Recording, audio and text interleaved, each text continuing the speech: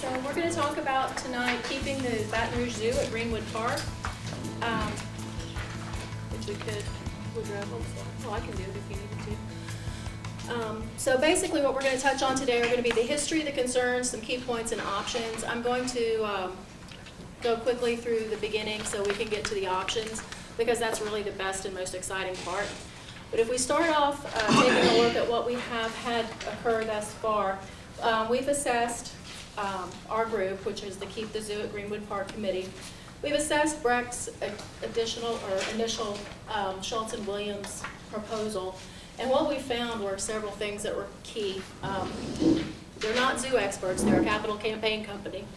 The proposal did not include all interested invested municipalities in Greater Baton Rouge. It excluded the key contributing areas of Baker, Central, and Zachary. And Zachary is the highest attendance of any group or any area in the metro area. All of our mayors, all four, Sharon Weston Broom, Darnell Waits, David Amhern, and Shelton, all opposed relocating the zoo. They wanted to stay at Greenwood Park. We also found that there was bias in planning. All the people that were engaged by the Schultz and Williams firm at the direction of Breck and Friends of the Zoo can be labeled as a biased interviewee based on many variables. We also found bias in communications and presentation. The evaluation of the proposed costs presented were inaccurate or incorrect. Donors were being asked to supply $20 to $25 million of a $110 million cost estimate. Excuse me. And that is only about 23% of the total amount of money we're talking about.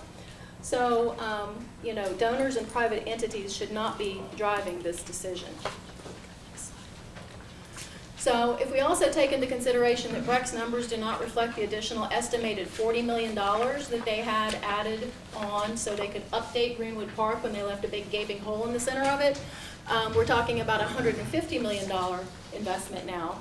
And not a single presentation we've seen so far has had anything substantive. It's only a vision. So, I mean, we've been at this for 2.5 years with Breck now, right at 2.5 years publicly.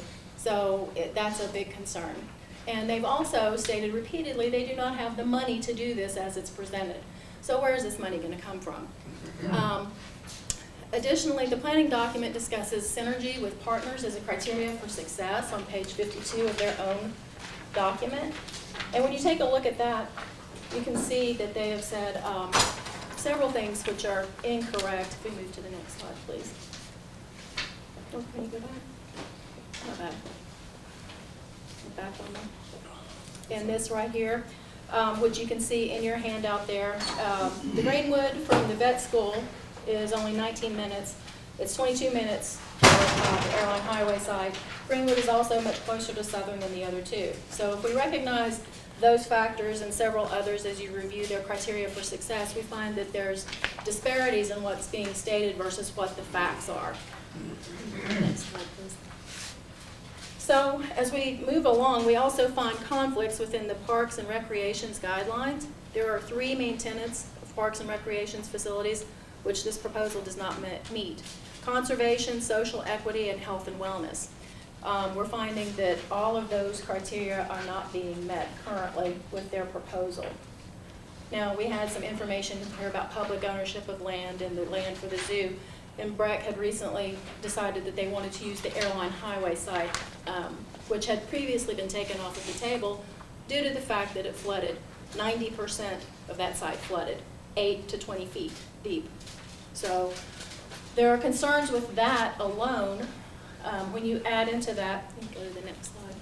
If you add into that the fact that they also have provided inaccurate cost estimates for how much it would cost to actually do the project as they outlined it in the Schultz and Williams study, we find that they have drastically underestimated the cost. We spoke with the zoo designers that we have here in the state, specifically the group who did the Mike the Tiger exhibit at LSU, and we found that it's $2 to $5 million an acre to build a zoo, brand new. If you take a look at that, and we have 100 acres right now, you're talking about funds available per acre at the existing site of being 1.5 million acres. Airline Highway, you would have 0.9 or $900,000 per acre. And if they went with the Nicholson and Bluebonnet site, $1.1 million per acre. And that's going to be a 75 acre, 125 acre, or 100 acre. So, I mean, when you take a look at the math, you can see that their basic cost of $110 million does not add up. When you look at that, you find that you would have to have a much smaller footprint. You would wind up with a 22 to 31.4 acre site. Go to the next slide. Further, we've also found that these are just basically the numbers. If you look at them, I apologize, this header should read the existing site. The second should be the Nicholson at Bluebonnet, and the third should be the airline site. That was my mistake. And then next to that, we also have a spreadsheet basically here and on the next slide that breaks down the costs as they presented them in the Schultz and Williams study, which is shows where the disparities are when you read through this spreadsheet, which I will leave with you guys to do on another time since we're limited on time tonight. If we can go to the next slide. We also have the continuation of that breakdown right here on the next page that shows you what they had projected at the existing site and what it would actually be. So basically, they had stated originally in the first plan that Breck put out that they were going to add costs for parking, entry, plaza, et cetera, at all sites, even though most of this infrastructure exists at the current zoo, so that's really misstated in their proposal as well. In addition, they also show $1 million for relocating the existing wastewater treatment facility at the Breck Zoo for some reason. There's no specificity as to why they want to relocate it. And conversely, they have no wastewater treatment specified in their plans for a future site at another location. That wastewater treatment is self-contained there, and it saved the parish and the city millions of dollars over the years. So that's something that really needs to be looked at for. If we could go to the next slide. There we go. They also have had some discussion about what a regional park is.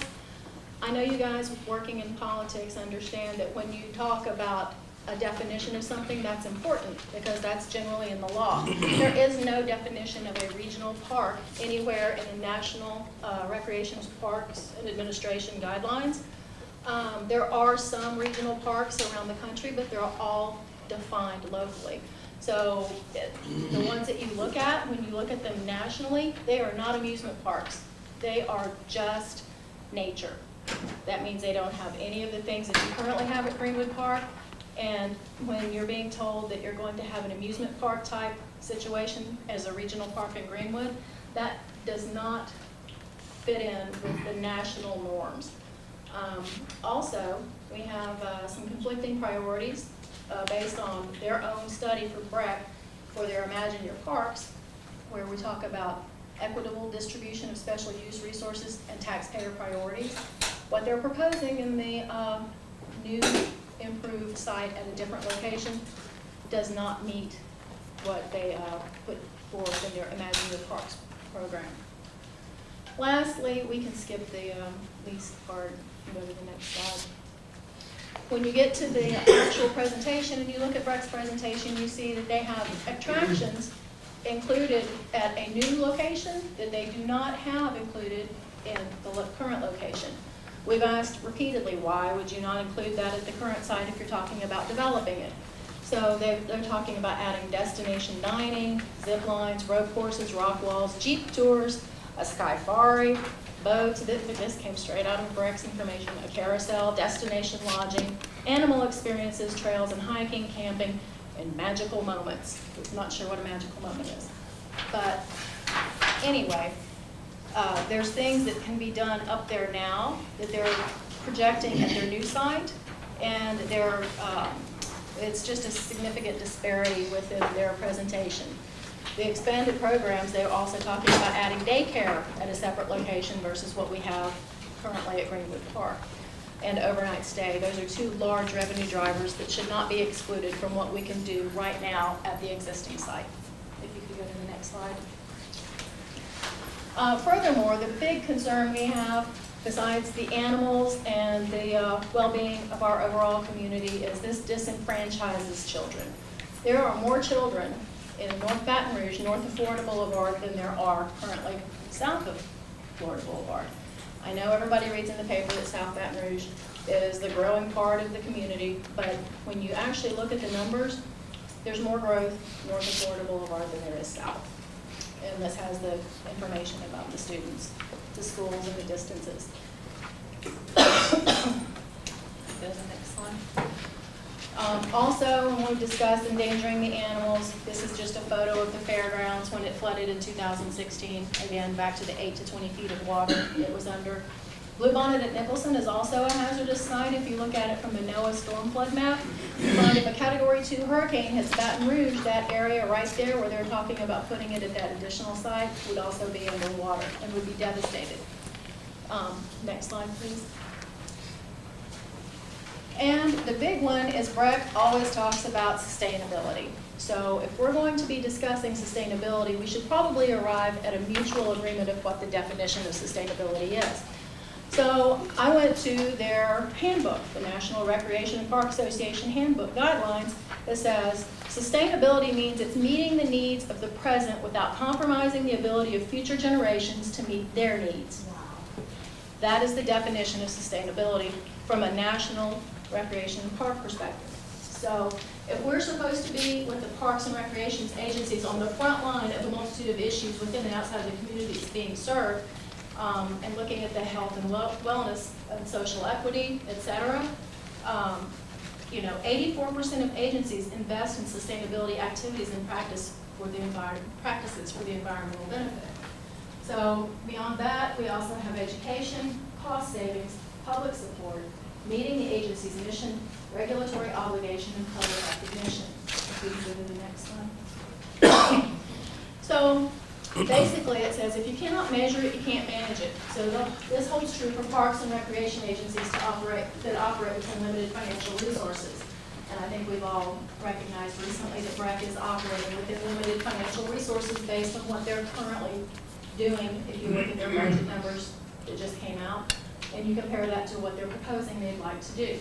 So if we take a look and see what we have here with regard to what would be the key measures of park and recreation sustainability practices, number one would be quantify increases in connection to the community, quantify water usage by facility or park, identify and track usage of electric motors, quantify energy usage through an audit or comparative review, quantify number of community members reached through education, quantify stormwater runoff, detention, infiltration, and prevention. And then again, waste stream analysis is down here at the 25%. These items that I have a line next to here with the arrow on it indicate things that are completely being disregarded in the proposal that they're putting forward. Excuse me.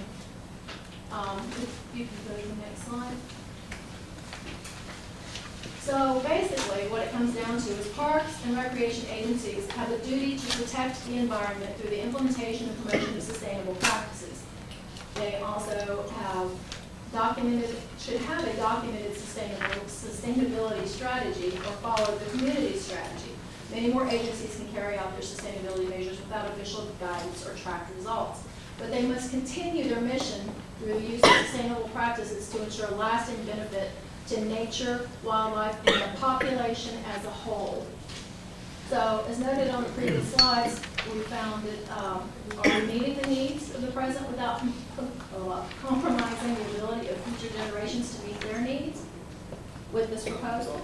No, because this proposal that they put forth does not protect watersheds, it does not reduce stormwater runoff, it does not offer transportation alternatives that reduce carbon footprint. As a matter of fact, currently, you can't take the bus to the zoo. You never have been able to. The bus stops at Highway 19 in front of Greenwood Park, but there is no zoo bus route, period. And there never will be. So we have a solution that addresses that. And the last thing is to educate the public on the sustainability actions.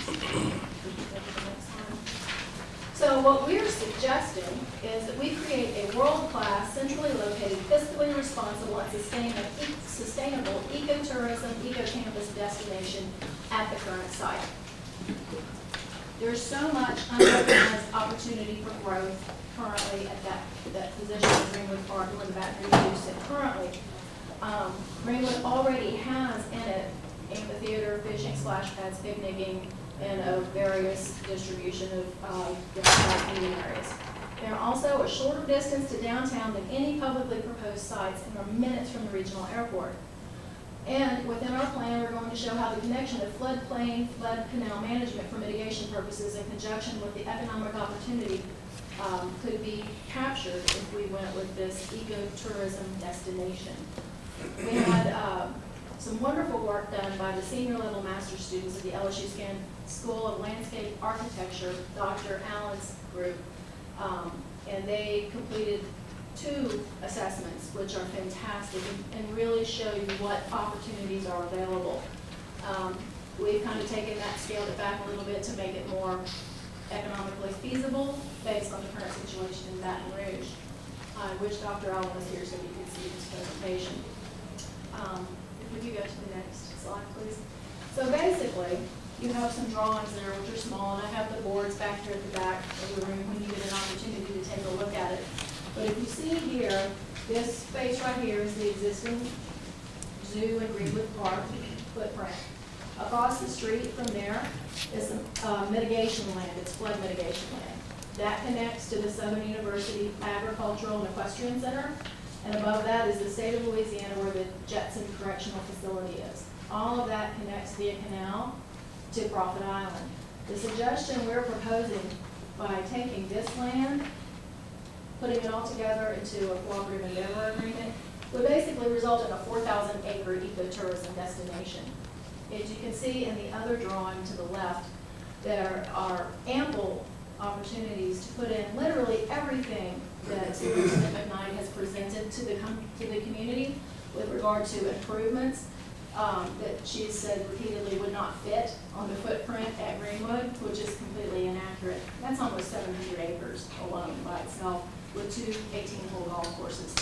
There's already a plan to eliminate the first tee and convert it over to the Dumas course. So that's going to be an 18 holes of golf space that can be used for other development.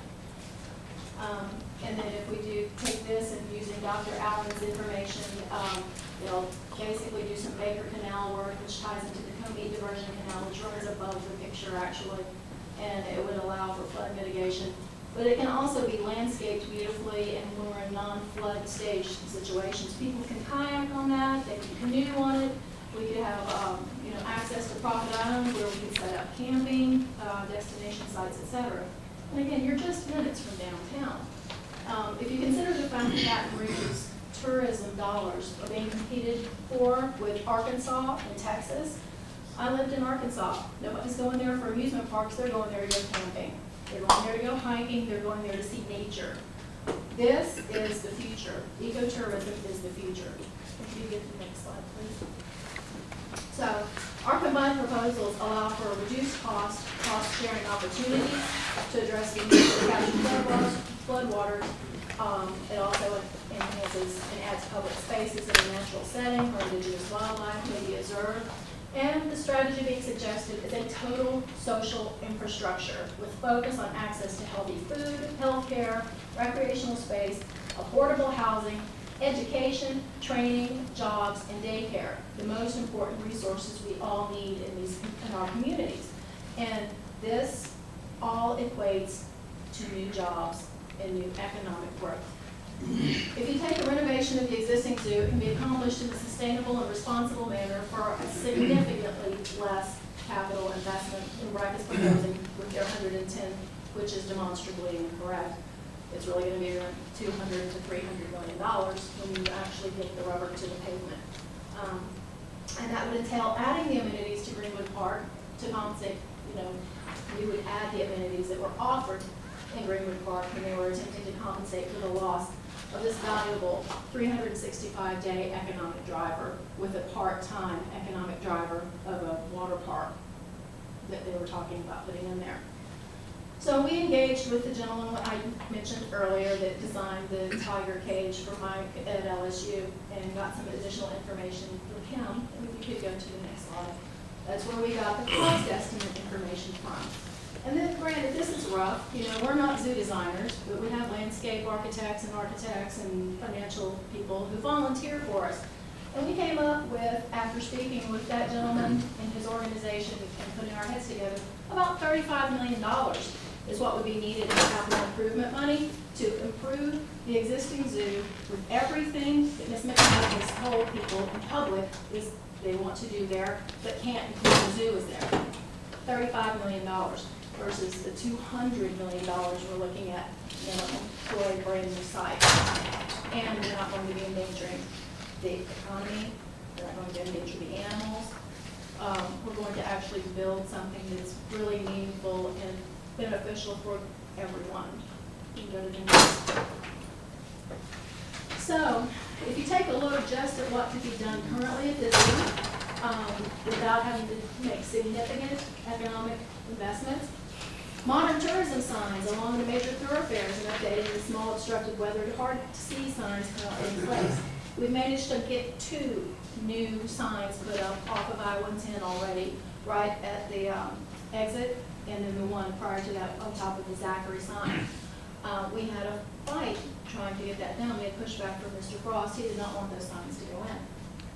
Our other proposal is to relocate the entryway to Highway 19 from the Thomas Road entrance, because when we look at the drawings back here, you can see the Highway 19 entrance has a nice driveway already in place that takes you into the service entrance of the zoo. So you actually could get in there if it were just flipped around. So this would allow the Capital Area Transit bus stop to be accessed and used by people wanting to go to the zoo, where they have not been able to before. I mean, imagine how many kids have not been able to go to the zoo because they didn't have a bus that went there.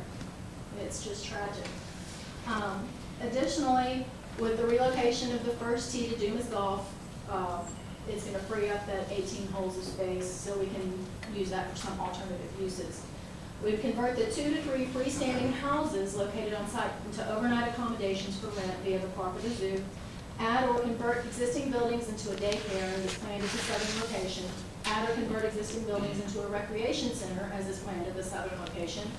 And then we already have all of the trees and plants there that are mature, which would not even be addressed.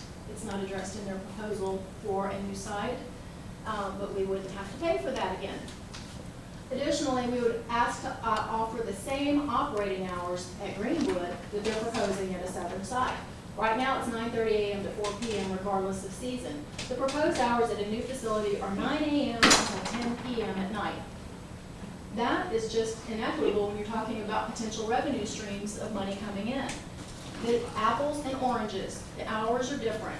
You've got to have at least some baseline to do this comparison with. And then again, the existing water treatment facility, the current location is completely disregarded. Additionally, if you go south, when you get into the Bayou Manchac watershed, that is a protected watershed.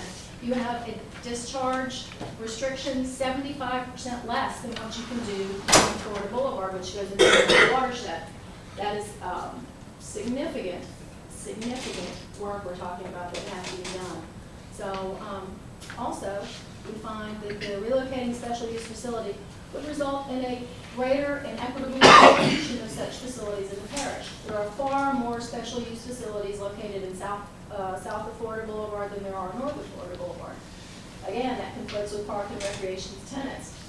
So we have 550 contiguous acres of land within Greenwood Park, and then the almost 100 acres at the zoo to talk about. And you'd have no land costs, you'd have very little landscaping costs.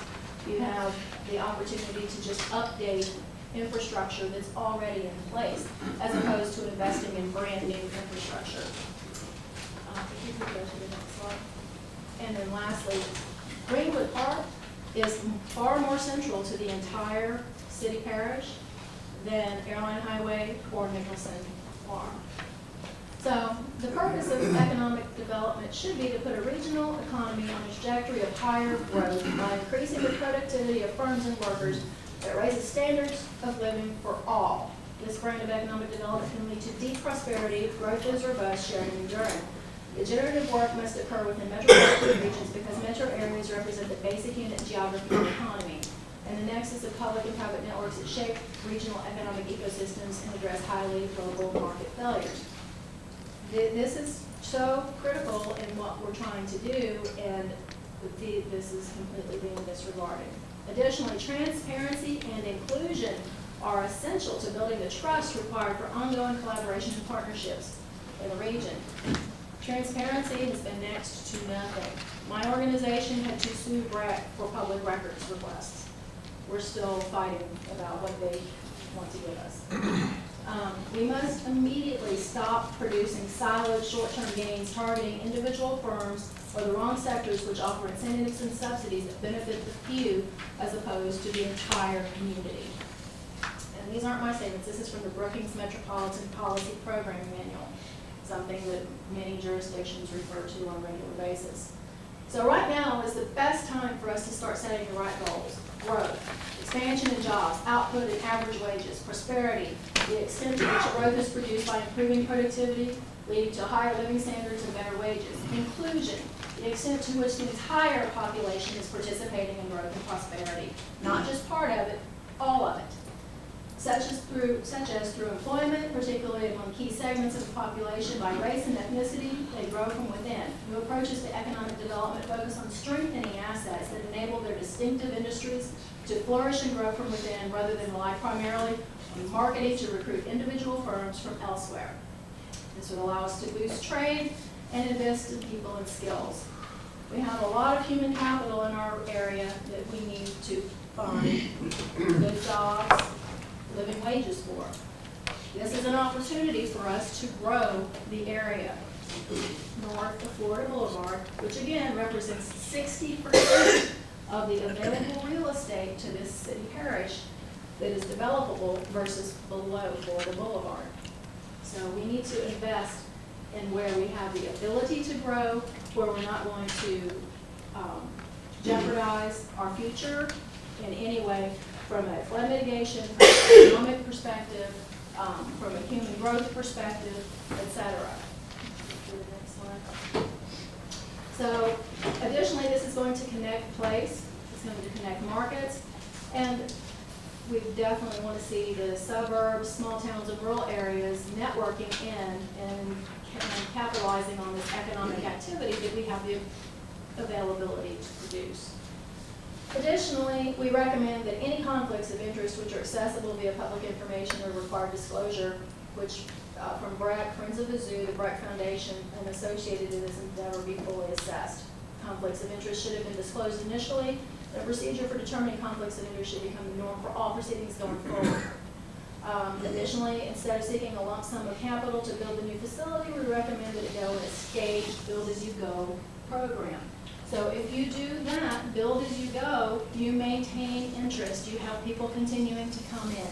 So, you know, here we're going to come see the new this, and 6 months, a year later, we're going to see the new that. That keeps that money coming back into the zoo as we improve it. We should also be seeking partnerships with large corporations to sponsor exhibits. BRAC has never sought partnerships with any of our corporations in Baton Rouge to sponsor exhibits. And additionally, Ms. McKnight used that same argument with Liberty Lagoon, the staged implementation plan, when they threw money in it and they threw more money at it later. So ultimately, it reduces risk associated with fiscal solvency for the area, promotes visitation, and capitalizes on existing infrastructure. There are so many positives of renovating the existing site that it's really hard to cover them all in a short amount of time. But to maintain and grow attendance in today's competitive attractions world, zoos must continually add new exhibits and attractions. Also, if you spread out the improvements, you get the higher levels of interest maintained for a longer period of time, attracting multiple visitors.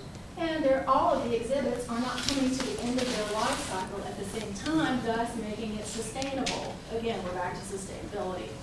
So this type of approach is what is actually reflective of responsible planning for long term for our city and for our parish. And I believe that's my last slide, so I wanted to leave time for questions. I know I went through a lot really fast. One question. Yeah. In one of the earlier slides, you mentioned the property would be leased versus owned. When they were looking at the potential sites, they had the airline highway site and the Nicholson corridor site. And Ms. McKnight had said repeatedly that they were looking at not buying that property, but rather leasing it. Now, I know they have not publicly put out the information that showed other sites that they were looking at, but they had approached multiple venues around the city trying to get into the South Baton Rouge area, and they were willing to lease that land as opposed to owning it or buying it, which is not a good and long-term plan. Becky, when Mike's Cage got built, wasn't it about $5 to $8 million? It was initially 4, and then they did an upgrade to it a few years later, which made it come up to a total of between 5 and 8. So if, And in fact, it was the exact same, within a few grand. What they spent on the tiger exhibit at the zoo now is basically the same amount of money they spent initially on Mike's Cage. Okay, That's a night and day difference when you take a look at them. so if we have to make changes to other animals and all this other stuff, does the $34 million take all that into account? In other words, Yes. if the tiger cage, as an example, was $8 million, and we need to build a new gorilla cage and elephant, whatever, so does your plan, does it give a specificity to the growth and renovation? It does, and there's actually a detailed cost breakdown in here of what is addressed in it. The thing that had been a priority when all of this started was elephants. Everybody wanted elephants again. So we had we started off looking at the elephants, and then we looked at how much it would cost to increase, update all of the exhibits as we went through it. So elephants are very expensive to house and maintain, and that's where we started off with that number. But if you go to the document, there's actually an estimate from Coleman Brown Architects in there that breaks out line by line everything in there, enclosures, animals, etc. And that's going to be on, let me find that page. That's okay. Yeah, it's in I'll find here. it. Just a general question. But yeah, that's all covered. Did anybody else have any other questions? One other question, you mentioned the wastewater treatment. Yes, Already in place at the current zoo, yes. but there was no dollars budgeted for wastewater in the projection for the new one, is that? That is correct. Yes, and that site's been on, that's been at the existing site since the early 80s. They actually engaged NASA scientists to come help and build it because it was groundbreaking at the time. Yeah, LSU professors take their students out there to look at it as a study tool because it's amazing. We actually take that water, we recycle that gray water, and then use it to clean the cages and keep the little retention ponds full, etc. after it's been recycled through a multi-tiered purification process. I don't know why they made all the change, but I live right next to the zoo, just on the east side of the zoo. And my subdivision, I think you started one of your slides, goes right along the east side of the Greenwood Park in the zoo. And I used to walk around there every morning. I used to hear all the animals. And all of a sudden, about 5 years ago, I stopped hearing animals. I said, I don't hear animals. I know I was identifying them, all the different animals. And so the animals disappeared. The animals really made my walk very lively because it reminded me of being in the forest and something like that. And all of a sudden, no animals. And I don't know what happened there. But also, the bus comes right down Lady Lane. Now, Thomas Road is where the entrance is. There's a lot of subdivisions on Thomas Road. And there's a large number of population. I don't know why there's not a bus stop there. I mean, right along Thomas Road. It comes up Lady Lane, where I live, but there are more people who would ride the bus coming up Thomas Road. If you look at the income level who ride it, there's affordable homes right along there. There's trailer parks right along there, but it comes up Lady Lane where there's more high-end subdivisions. Right, well, we I asked don't the understand question, that. we were just told, nope, never gonna happen. I didn't really get an answer, so, they're like, it comes to the entrance at Highway 19, that's where it goes. Has there been any, questioning, will the, bus route travel to either the two new locations? There's currently not bus service now on Highway, I actually live in St. George, the furthest the bus goes is to the Women's Hospital location. And then on Nicholson, there is no bus service out to those sites either.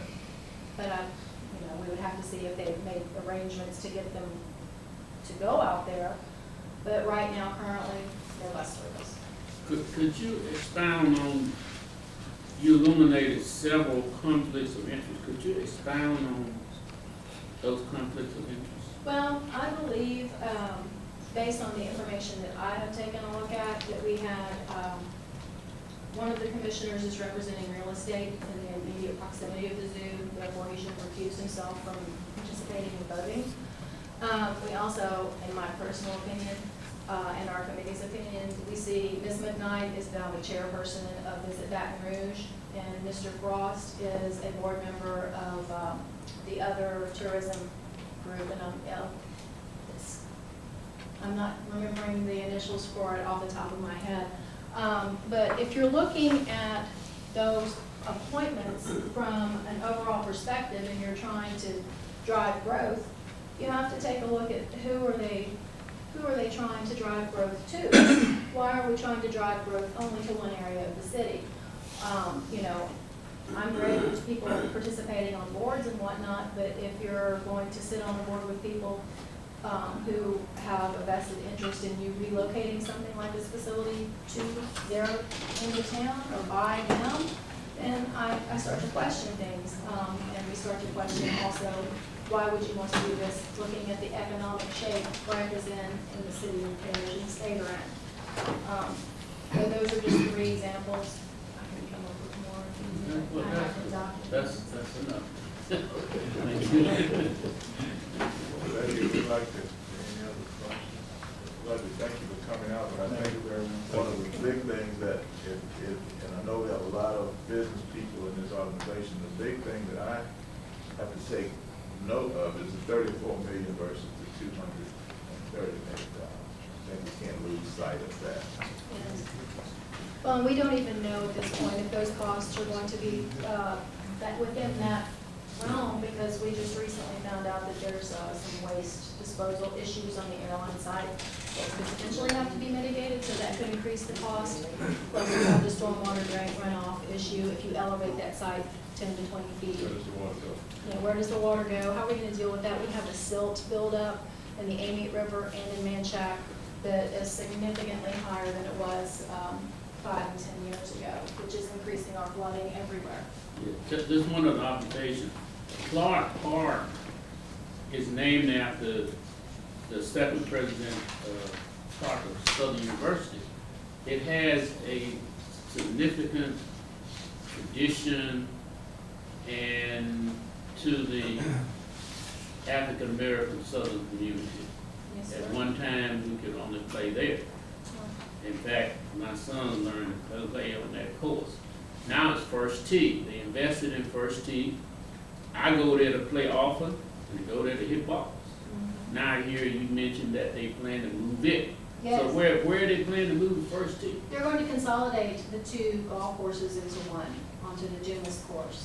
That's been in Breck's plan all along. Okay, so what they would do would be build a road between the 2? No, they're actually going to just say, because their presentation said that they were going to eliminate the First Tee, shift the First Tee to the Dumas site, Oh, to the Dumas side. 18 holes, To the and Dumas. then use the real estate on the To- Clark to- First Tee for development. Okay, would they change the location of the clubhouse? Because they have a new clubhouse, a new dog park, disc golf. You got a whole set of boating, fishing, walking, nature walking. That place and tennis center, Yes. it's well used. Yes, it is. all the time. Not only, the use doesn't represent the demographic of the community. I don't think that's If you being understand what I moved mean. in the plan, though, is it? The dog park, those things are not being moved, are they? Okay, so Rex vision for Greenwood Park, I cannot speak to. I went to every public meeting they held when they started realizing that they were going to have to offer something to take the zoo away from Greenwood Park. And there is no solid plan that I have seen that tells you what they actually are going to do. They just had a whole bunch of pictures grabbed off the internet, said we could do this, we could do this, we could do this, we could do this, we could do this. But there's no promise underneath it. If you talk to people that Ms. McKnight had spoken with, you're gonna get a different answer of what they think is gonna be in that park every time. I've heard some of the most outlandish things and things that, you know, I thought, that's doable. In our project that we've laid out there, you would keep the existing infrastructure as it is. You know, you could switch over whichever golf course. I'm not a golfer, it does, you know. I am. And, you know, so I'm like, Average okay, golfer. keep one of them, I mean, 2 18-hole I wanna courses keep both seems of like a them. lot. But it gives you the opportunity, you know, to Yeah, develop. because and one have of them you these walk, courses. one of them I walk, cause it's short, it's 9 holes, so I walk that one. Then the other one I ride. Right. But the only thing about the first one, I changed my walking and riding, but the only thing that I was concerned about is that they have a new clubhouse and actually a meeting facility Yes, and sort of a restaurant of sorts. yes. Oh, And, at the and marina? they didn't make it Yes. accessible to, Clark Park. I know, it's not So, accessible so to the to zoo either. me, that was like an error there because, I couldn't agree with you you don't more. have- I couldn't agree. and with that would be very useful because, there are a lot of kids come there for first tee. Also, there is, already a park of soccer, you. Yes. which they took away my free driving range and made a soccer field. So the soccer field is a lot of people there from all over the parish in that soccer field. Mm-hmm. So now what they gonna do for the soccer? Well, they insist that the soccer fields won't fit, and I kind of landed a tree fall on them, and I'm like, you've already got soccer fields. So they keep saying that they can't put the soccer fields and everything on that side. Again, since they have not actually produced a real project with real plans and with real information in it, it's hard for us to speculate. All we can do is go off of the Shelton Williams conceptual plan that Now, they in Brooklyn, offered. there's a park right north of the soccer field that's highly used. You can't pass there without their families from those subdivisions off of Thomas Road, people off Thomas Road, they highly use, Right? use highly, so, and then people walk around there. Yeah. And let me kind of do a disclaimer on what we've put out here. Again, we don't profess to be zoo designers. What we were basically doing is looking at the proposal that Brad had offered and said, well, this doesn't really make sense. It seems like that it could be done. What they're saying can't be done, could be done, and the information contained within their proposal was incorrect. So we started looking at it and we're like, well, we need to see, so we started drawing it. Can you put all that on one place? Yeah, you can put all that on one place. Is what we're saying the end result is going to be the end result? No. All we're saying is that if you take a look at it from a critical thinking perspective, everything they have offered the community in exchange for taking the zoo away can be done there with the zoo. Everything that they want to add can also be done on that side. And in addition to that, we can make it 4,000 acres of eco-destination tourism. So you have a massive opportunity for a winning solution right now, sitting up there. And really and truly, there should be no further debate about this. This has gone on 2 years in the public. You know, it had gone longer than that in private. And I have emails proving it. And this just needs to be put to bed once and for all, and say, we're gonna leave it here, we're gonna improve it here, and this is what we're gonna do. We have many options. I think the board would like to praise you for all the work that you have put into this and give a round of applause. I want to recommend that Dr. Dr. Davis gets on that committee and helps you, because he has a wealth of information. Yes, sir, on we the would zoo love over there, that. and serve as the board's representative in helping. So Dr., I'm putting you on the spot, but I would love to. I'll be happy to do it. We would love I that. want to protect my tooth out. And I'm not doing this alone. I'm not Thank doing you this very alone. much. Dr. Davis worked with Southern University Ag, and you could tell me that we met with Dr. Fields and also Katrina with Southern Ag, and they have some great ideas. Yes, they're excited about it as well. But I didn't do all this by myself. I had lots of help right over here. So, Ms. Tate and Ms. Banks have been crucial to this being successful. And I don't want to be remiss, we do have two public officials here. And Ms. Barbara Carpenter and Ms. Shauna Banks, I know that they came in while we were here. I'd like to thank Becky and her group for questioning the information or data that was presented by Breck. We chose a different tact. But I'm going to first back up a little bit and provide some background. The board commissioned the staff to evaluate the economic impact of this decision on North Baton Rouge. No other agency that we are aware of provided such a study, so we wanted to provide an informative piece to help the decision makers make an informed decision, and also the public. A little background on the model itself.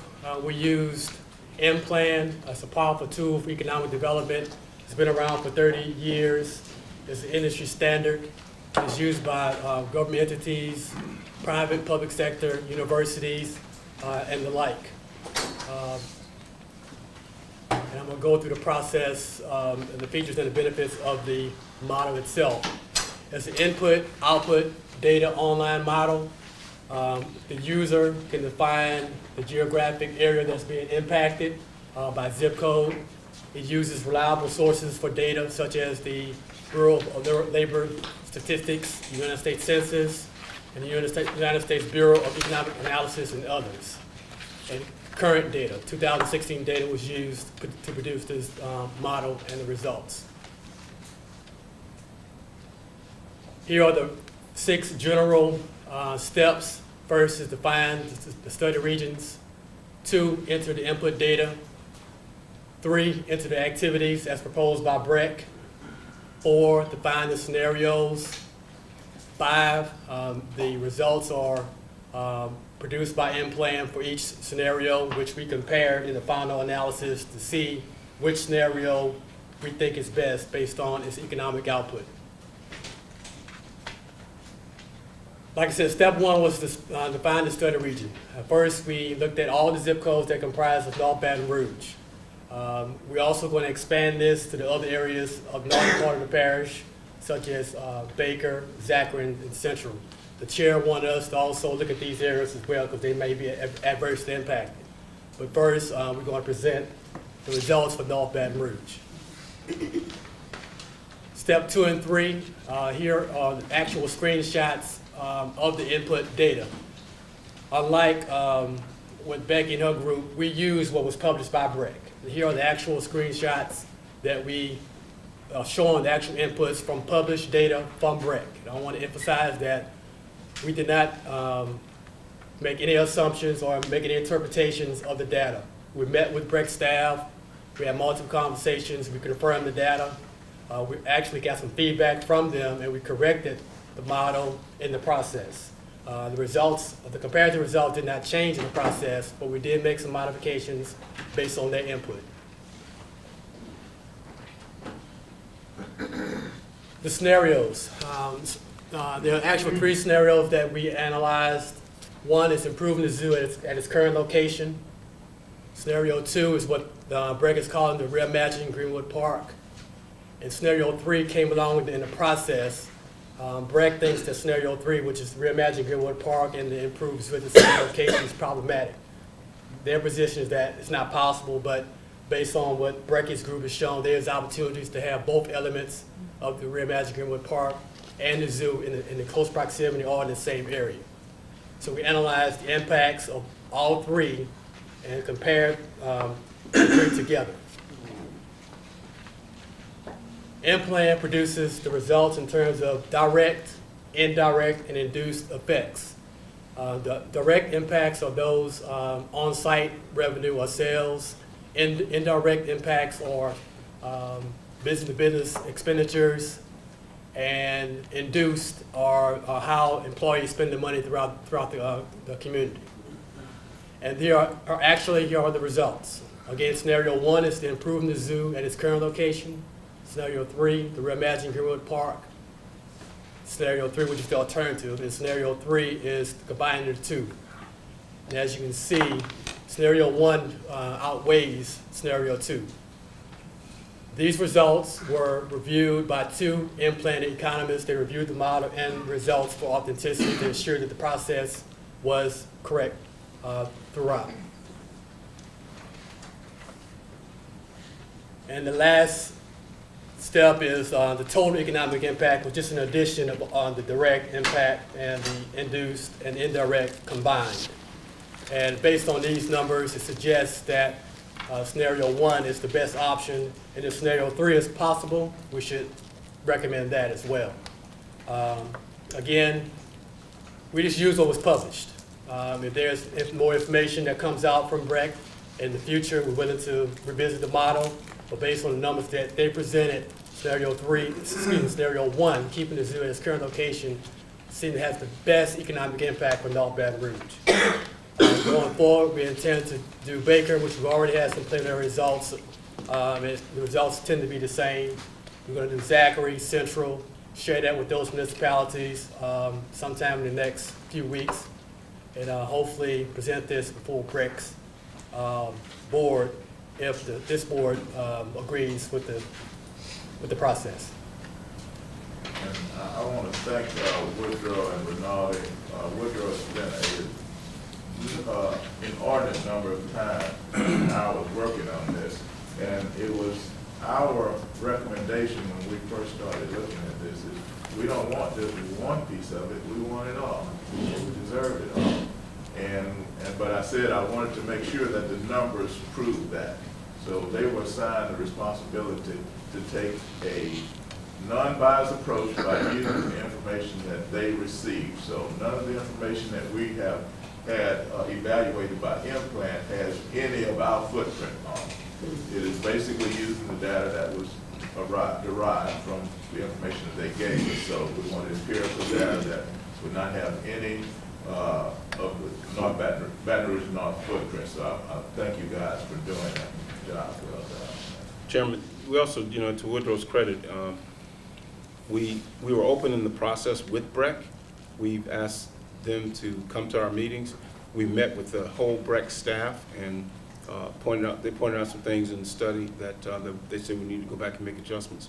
So we've been open about meeting with BREC, asking BREC, just like Becky, to come out and make a presentation, and they declined our offer. So I just want that for the record that we did meet with BREC several times for them to review impact before we published any information even to the board members.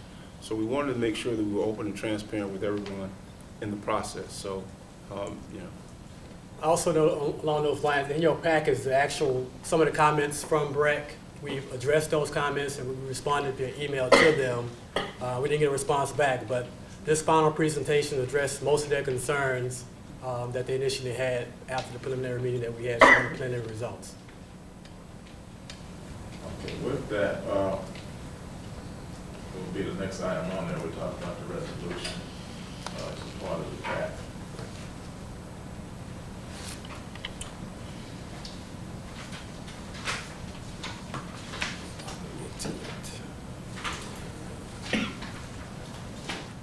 Part of this, Chairman, while Mr. Muhammad finds that information, is that we felt that there needed to be an action item attached to our findings, because the chairman was very strict in his instructions for us to go into this thing with our eyes wide open and not have any assumptions. And out of that comes a resolution from this board to keep things very straightforward on the board's position with respect to moving the zoo.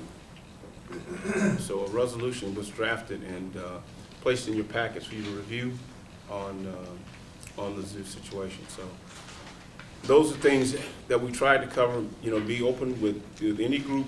We've attended several of their meetings. From what I understand, Breck's not doing any more public meetings on the zoo, if I'm remembering correctly. I'm not sure. I read that statement. That's correct. It's unfortunate. It was a year ago. Is everybody, we did approve that resolution. Executive Committee, Chairman. Executive Committee, Chairman. Executive Committee. So we want to introduce a resolution. We want everybody to have a chance to review that resolution. It should be in your packets, Commissioners. I'm not sure which exact page.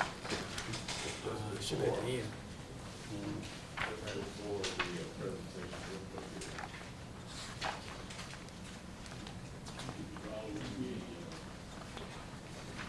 Might go further back because we changed the order. Last.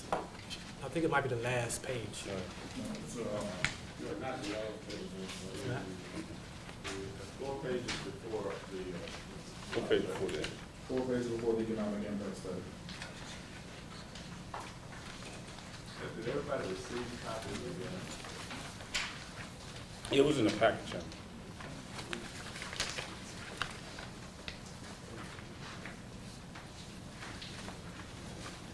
Any comments from the board on resolution? I think the resolution is absolutely necessary.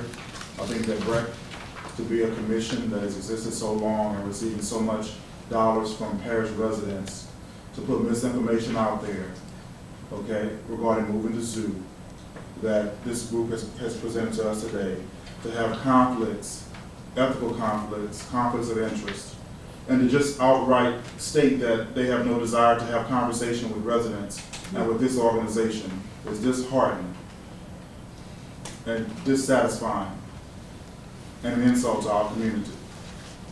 And I think that it's time that we get the right information out there so the public can know the lies that they've been telling, and that we force them to do what's right for this entire parish and keep the zoo where it is and look at the economic data that you've done. And with the minimal resources that we have here, we've done better research than they have, and we have the truth. So if everyone has read the resolution, I would like to make a motion that we support this resolution. Let me just add, this is a democracy, and the people should have their way in a democracy. And when you look at it, all the 4 mayors in East Baton Rouge Parish supported this, their corresponding council, the elected officials representing the district, and the majority of the people that I don't know anybody who said the zoo should be moved, who lives in the vicinity of the zoo. And so, as a democracy, we're not an aristocracy, we are a democracy. So, democracy, the people should make the decision, have to weigh that. Majority is. Yes. Well, we have a Motion. motion on the floor. I second. All those in favor? Aye. Any opposition? So may the people rule.